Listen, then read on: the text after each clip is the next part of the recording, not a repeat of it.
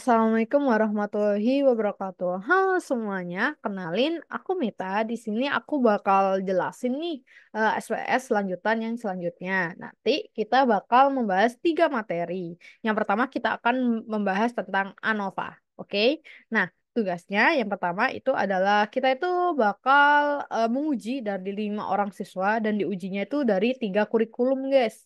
Kurikulum standar, metode X, dan metode Y. Kemudian kita akan melihatnya itu dari tingkat signifikan 0,05 atau 95%.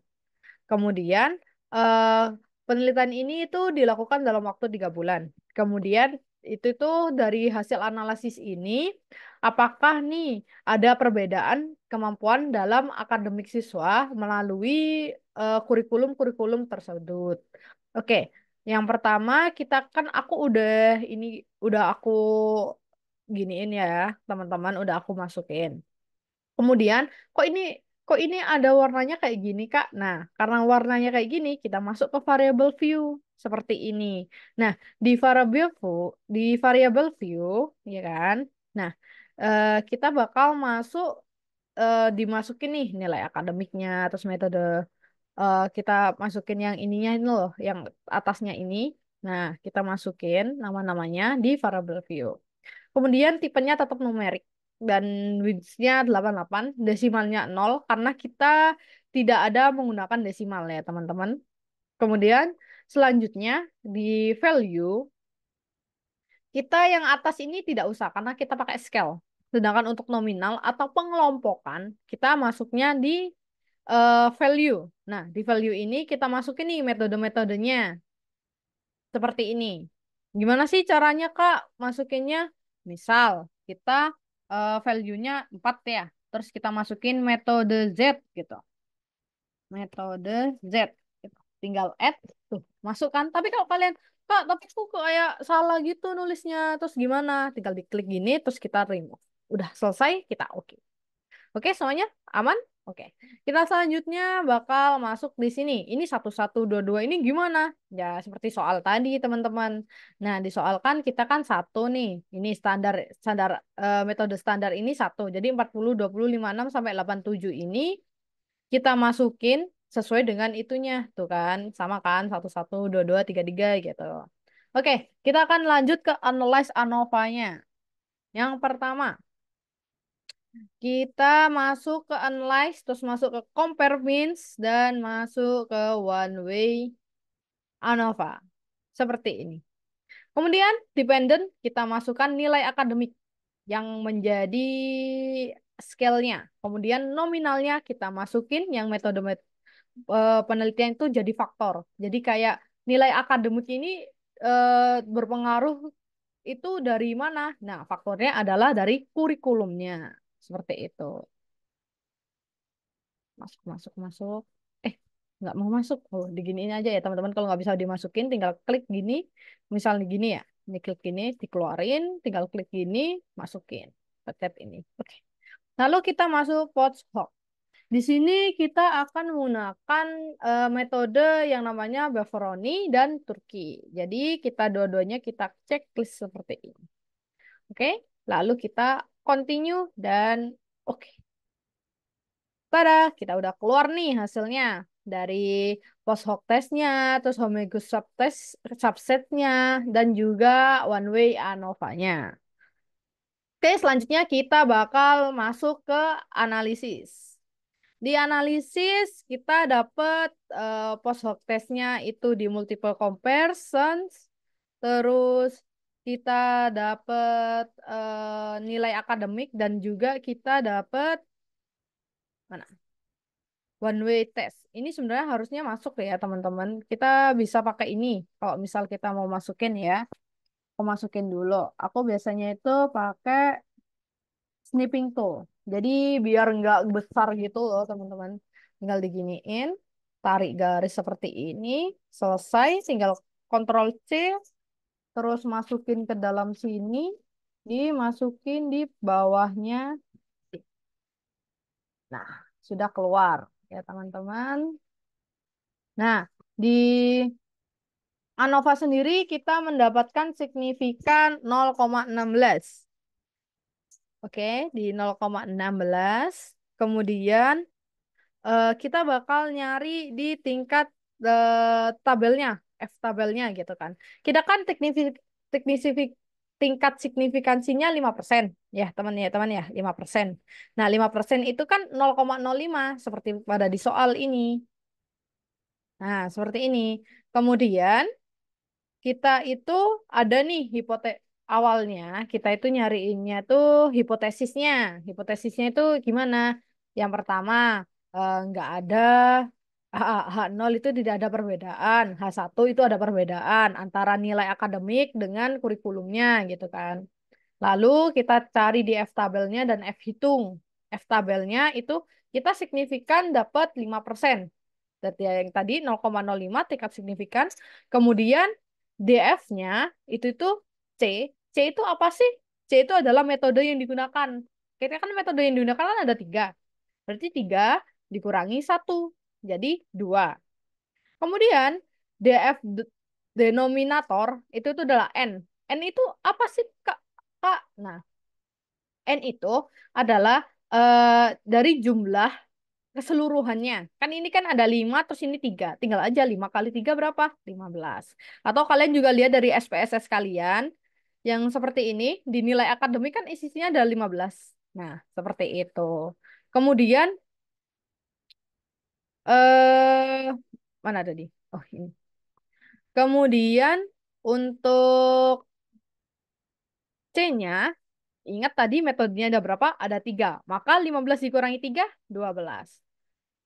Lalu Kak, ini gimana nih kok kita tahu jadi 3,89 Kak? Nah, itu ada tabelnya teman-teman. Nah, tabelnya itu seperti ini.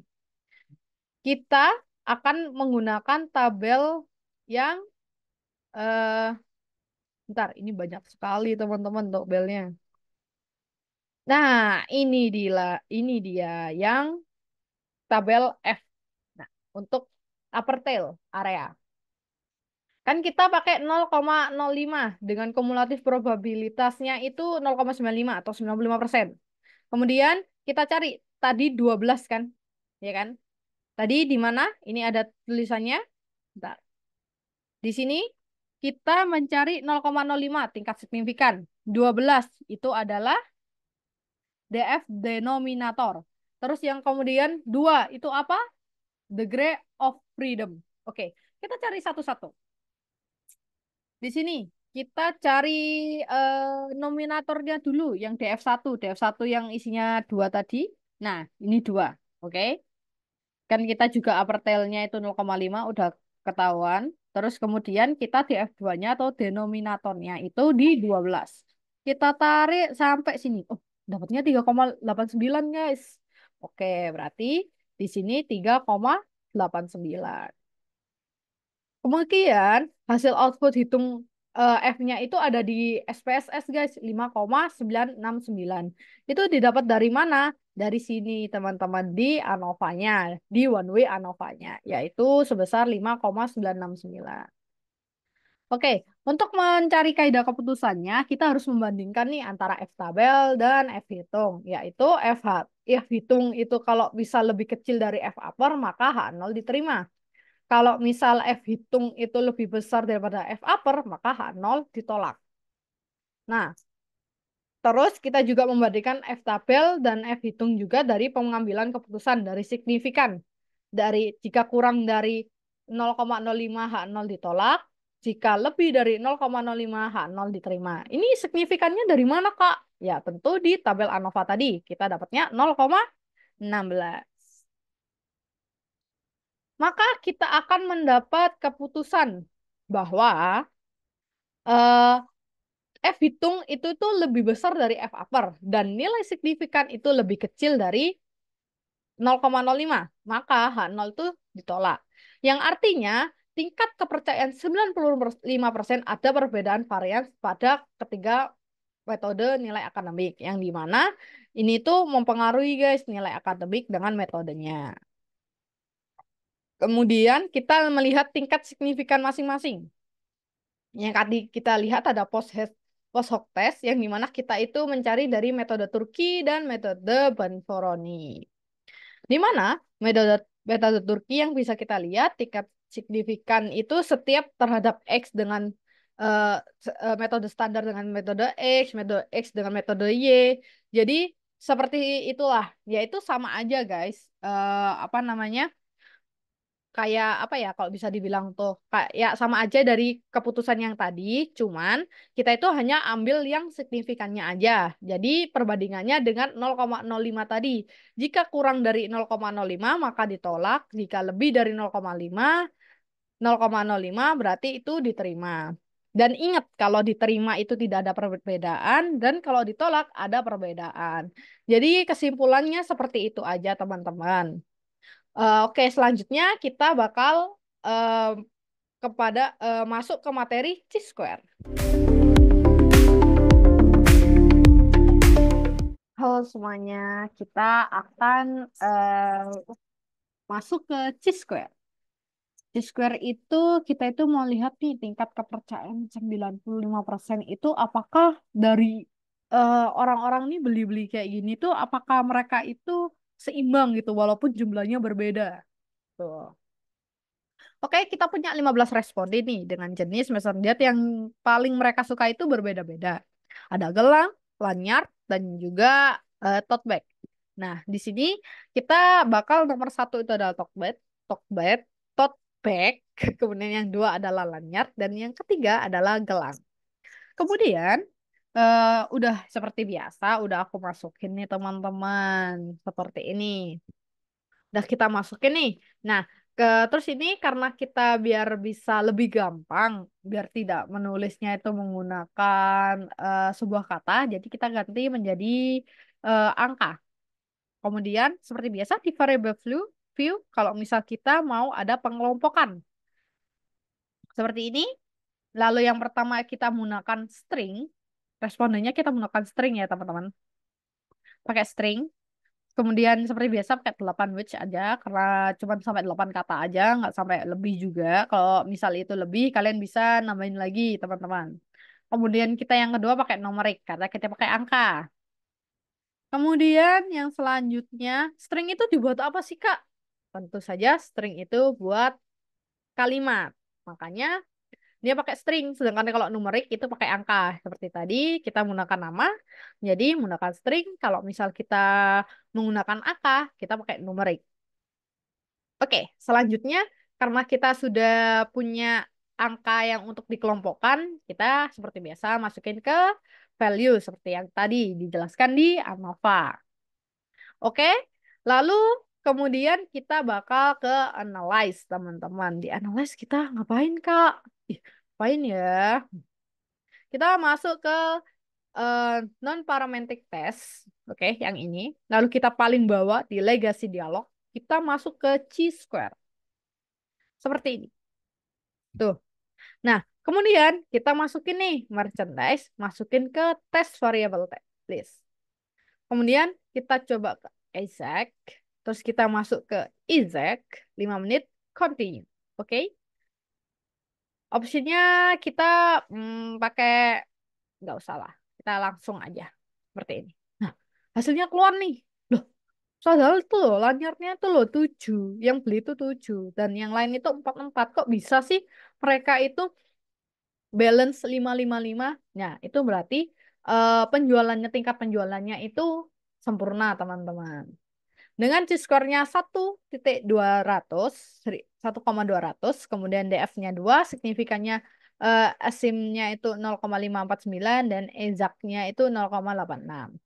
Kemudian gimana sih uji analisisnya, Kak? Oke, kita masuk nih penyelesaiannya. Kita yang pertama buat hipotesis terlebih dahulu teman-teman, yaitu responden hipotesis yang nol itu responden membeli ketiga merchandise secara proporsional yang dapat dihadirkan tidak ada merchandise yang lebih disukai atau merchandise yang disukai secara merata. Kemudian ada kalau misal H1 atau hipotesis yang kedua itu tuh responden itu tidak membeli ketiga merchandise secara proporsional yang diartikan itu ada yang lebih disukai banget ataupun ada yang tidak disukai secara merata. Kemudian untuk menguji Chi-square sendiri kita itu melihat apakah pembelian ini tuh dilakukan secara merata atau tidak dapat diuji dari menggunakan uji T-square tadi. Nah, di sini kita dapat dari tabelnya itu dilihat nih, tote bag memiliki 4 responden, terus lanyard memiliki 7 responden, kemudian gelang memiliki 4 responden. Pemilihan responden ini merupakan frekuensi ya teman-teman. Kemudian di expected ini didistribusikan harus merata teman-teman sehingga masing-masing merchandise itu diminati oleh 5 responden. Jadi dari 15 dibagi 3. Jadi expected N itu kan 15 bagi 3 sama dengan 5. Nah, mereka tuh sama-sama gitu loh, 5-5 gitu. Kemudian pada residual itu pada tote bag dan gelang memiliki frekuensi yang sama sehingga hasilnya pun yaitu min 1 dan lainnya memiliki nilai positif karena memiliki frekuensi terbanyak. Jadi walaupun mereka itu di expect-nya atau di minatinya itu sama-sama 5 responden atau mereka itu merata, tetapi di residualnya itu yang jelas yang positif itu yang paling banyak yaitu memiliki 7 responden. Kemudian cara menentukan C-square-nya itu gimana sih Kak? Gitu kan. Seperti orang-orang yang ditanya gitu kan. Terus C-square-nya kita seperti tadi jumlah barisnya ada berapa? Ingat tidak? Kita tadi metodenya ada berapa? Ada 3. Bukan metode sih lebih tepatnya, tapi merchandise-nya ada berapa? Ada 3 kelompok. Jadi 3 dikurangi 1 adalah 2. Kemudian tingkat kepercayaannya itu 95%. Tinggi ya. Maka tingkat signifikannya adalah 5%, yaitu 0,05. Kemudian maka tingkat tabelnya adalah 0,5 dengan DF-nya itu 2. Kita cari di tabel. Apakah benar ini 5,991?